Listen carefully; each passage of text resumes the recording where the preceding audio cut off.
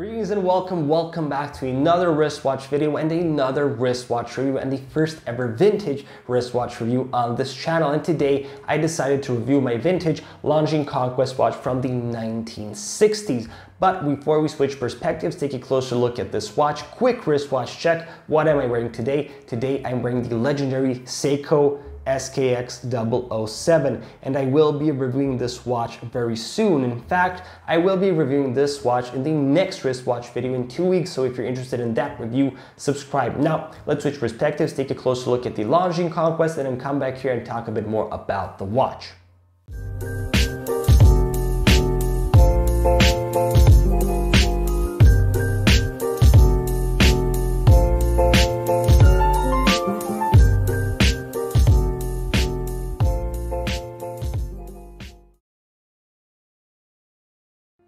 Time to take a closer look at the Longines Conquest, but before that, let's look at the packaging the watch came in. So it came in this beautiful brown wooden box. At least it's brown now. I think I saw pictures of a more preserved version and the box was actually red, not brown, but mine is brown, so let's say it's a brown box. And we have the Longines logo in these golden letters. Nothing at the front, nothing at the sides, nothing at the back, nothing at the bottom of the box. It's just the Longines logo at the top. And when we open it, we can see some more details inside the box.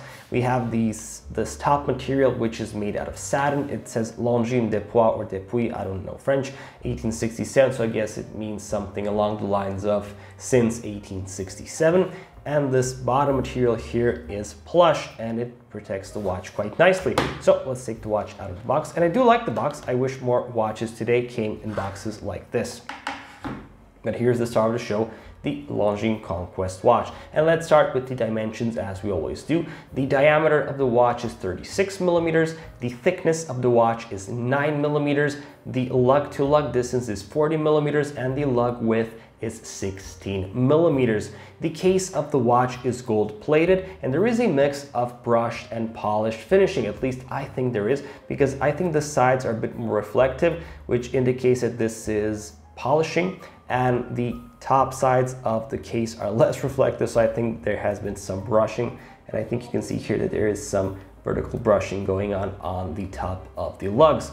The crown is at the 3 o'clock position. It is a standard pull-push crown, so you pull the crown out to set the watch, push it back in when you're done setting the watch. So this indicates a very low water resistance. However, because this watch is so old, I would say there is no water resistance anymore in this watch, so I keep it away from water as much as I possibly can. I believe the crown was also signed, but I think that piece of the crown is missing because, as you can see, the color does not match the rest of the case. And there is something on this crown, some text, I believe, but I am still unable to quite decipher what it actually says or what it's supposed to mean. So if somebody knows this, maybe leave a comment in this video or on this video. Now, the crystal of the watch protecting the beautiful dial is an acrylic crystal. In fact, it is this beautifully domed, raised crystal. As you can see, it's really raised a lot above the case of the watch, which was standard for dress watches of that time period. And also it's domed, so it has some distortion with the dial below. And when we talk about the dial, let's take a look at it. It's a beautiful sunburst dial. Just look at the way it plays with the sunlight. It's even more beautiful in natural sunlight. The hour markers are all applied. They are golden and they are baton hour markers, except for the 12 o'clock where we have double batons.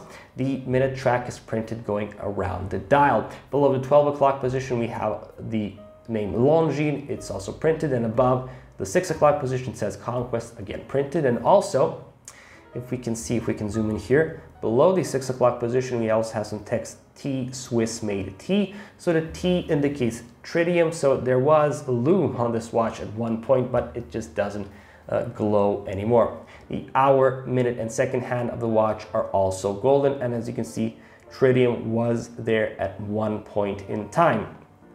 Overall, I just love the dial. I love the crystal. I love how it all mixes together. And as you can see, the second stand of the watch is going smoothly across the dial. It's not going tick tock, tick tock. However, regarding the age of the watch, it was unable to go tick tock, because quartz watches didn't exist back then. This is in fact a mechanical watch, and it's the Longines Caliber 706 movement. This movement beats at 21,600 beats per hour.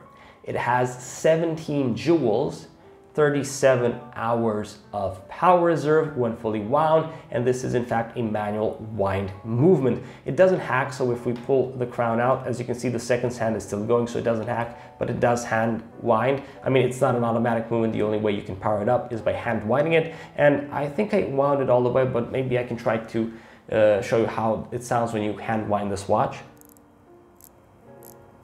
So it's basically something like that. It sounds okay. It's not too loud. It's not too rattly. It's not too, I don't know, unpleasant like some watches. Like for example, I don't like how ETA 2824 sounds when you hand wind that movement. And yes, overall that's pretty much it. We also have a stainless steel case back. However, nothing special on the case back to be shown. The last thing is the strap. This is not the original strap. This is some, I think, Hirsch watch strap, but what is original is the buckle. So we have here the Longines buckle with the beautiful Longines logo, and also it is gold like the case of the watch. Now, how to set the watch? Again, you just pull the crown out, you set the watch to any time you need, and then you put it back in, and that's it.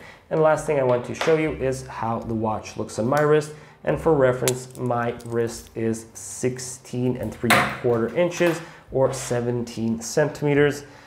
So I guess you can kind of guess how this watch would look on your wrist as well. And here it is. Here is the watch on my wrist. I really like how it looks on my hand. So yes, that's pretty much it with regards to the Longines Conquest watch. Now let's go back to the original perspective, talk about the watch and overall my conclusions on it. And we are back. So that was the Longines Conquest close-up, and if you agree with me, I think it is a beautiful watch. So now usually in this part of the video we talk about the pros and cons of a watch and overall if I recommend you to buy it. However, you can't really look at this watch the same way we look at modern watches because different standards were enforced during that time period. But let's say, for example, if this watch did came out today, I might list the acrylic crystal as a con because it's not sapphire, or maybe that the movement doesn't hack because hacking is a standard function of more or less all watches today. However, these just weren't the standards back then. In fact, in my opinion, I think this Longines Conquest watch was made very much up to standard for the 1960s. These were, after all, the glory days of Longines. The 1950s and 1960s were the times when Longines was considered one of the best watchmakers in the world. Rolex was not even competition for Longines, even though today it is the other way around. Let's start with the size. In my opinion, 36mm was the perfect size back then, and it's still a perfect size today, but that's debatable because a lot of men today prefer larger watches. In fact, today 36mm is usually considered a lady's watch. However, I think it's still considered as a man's watch. Like, I just prefer smaller watches.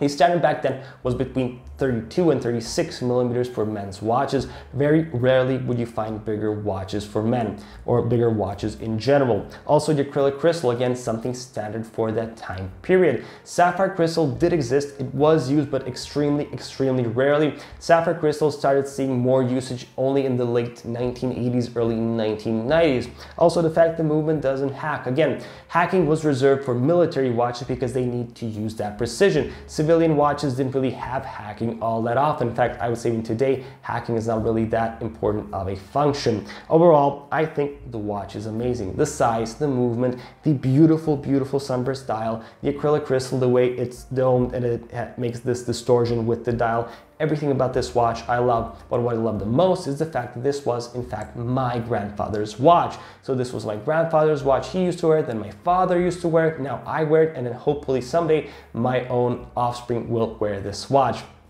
It's one of the best things about vintage watches, which I listed in my videos, 7 reasons everyone should own at least one vintage watch. The story behind it, because you are continuing that story. If it's your relative's watch, you are continuing their legacy, and I just love the aspect of it. Every single bump, every single scratch on this watch tells its own story. My grandfather wore this watch in his best and in his worst days, and I just love it for that reason. I feel like I'm just continuing his story, continuing his legacy. So if I want to answer the question, should you buy this watch? Well, I mean, I can't really say that because this watch is not in production. It hasn't been in production for decades now. I think I saw a couple of these models on Chrono24 or eBay.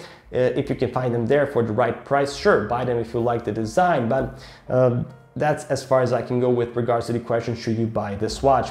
Do I like it? Of course I like it. In fact, I love it. It is one of my most worn watches in my collection. I think, in fact, this is the most worn watch in my collection right now. I love everything about it. This is even my lucky watch. I wear this when I have a job interview or when I had exams in my university. Every time I passed or got the job.